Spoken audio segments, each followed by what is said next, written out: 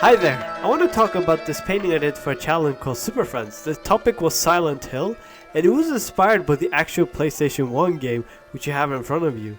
It was a really scary horror game, kind of in genre with Resident Evil, and I played this when I was a kid and it scared the living shit out of me. And I went back and I saw some of this footage and I tried to capture it in my actual painting. But the very first step I did, I gathered a bunch of reference just to try to generate some mood and atmosphere. Like I looked at some of the concepts that they made for the game. I looked at some cosplays, some horror themed paintings.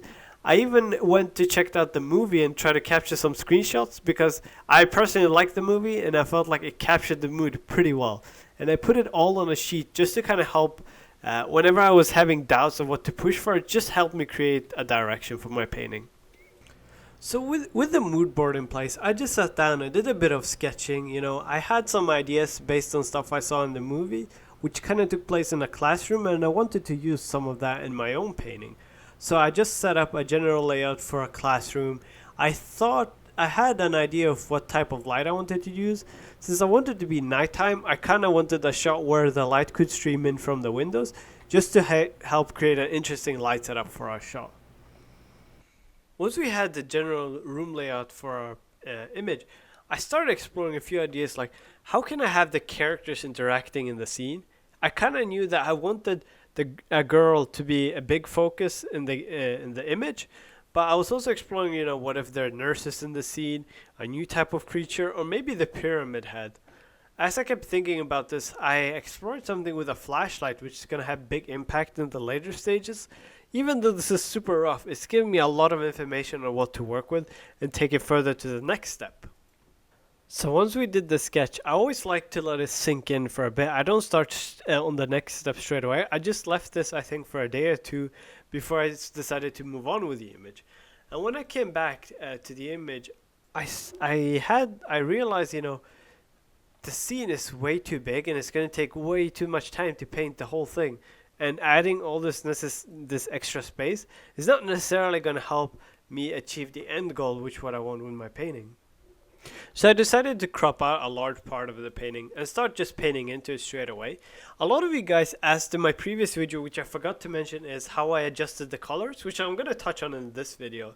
Because in this painting in particular, at the time, I was not very confident in painting a nighttime scene and getting a large range of values and hues. So I started with daytime, and adding a few adjustments layers made me turn a daytime scene into nighttime. And I'm going to show you guys here. It's basically if you hit this button here, there's a bunch of cool things here, and what I used in my case was gradient map, which allow you to play around with colors quite a lot and help you get whatever you basically want. There's a large range of colors you can play around and mix endlessly, and this is pretty effortlessly adjusting your colors without having to repaint everything. I darkened it a bit as well, and I dropped the hue saturation as well. In the painting itself, there are several of these layers until I ended up with something which I was pretty happy with. But this should give you a general idea of how I adjust colors when I feel like it's needed. And in this case, it kind of helped me take the image where I was hoping to take it. So with the adjustments being made, I started introducing the actual character. Just a rough placeholder of where I want my character and what is our focal point going to be in this painting. Because that's really important to always have a clear focal point. And I wanted to be like, what if she's using, do you guys remember that flashlight in one of the thumbnails? What if she's holding a flashlight and is putting something on the blackboard? Maybe it's hinting to one of the characters like the pyramid head, which I was really fond of. Because I want to show Silent Hill universe without actually introducing another character into the scene. And just add that, just to get that flavor and that mood going.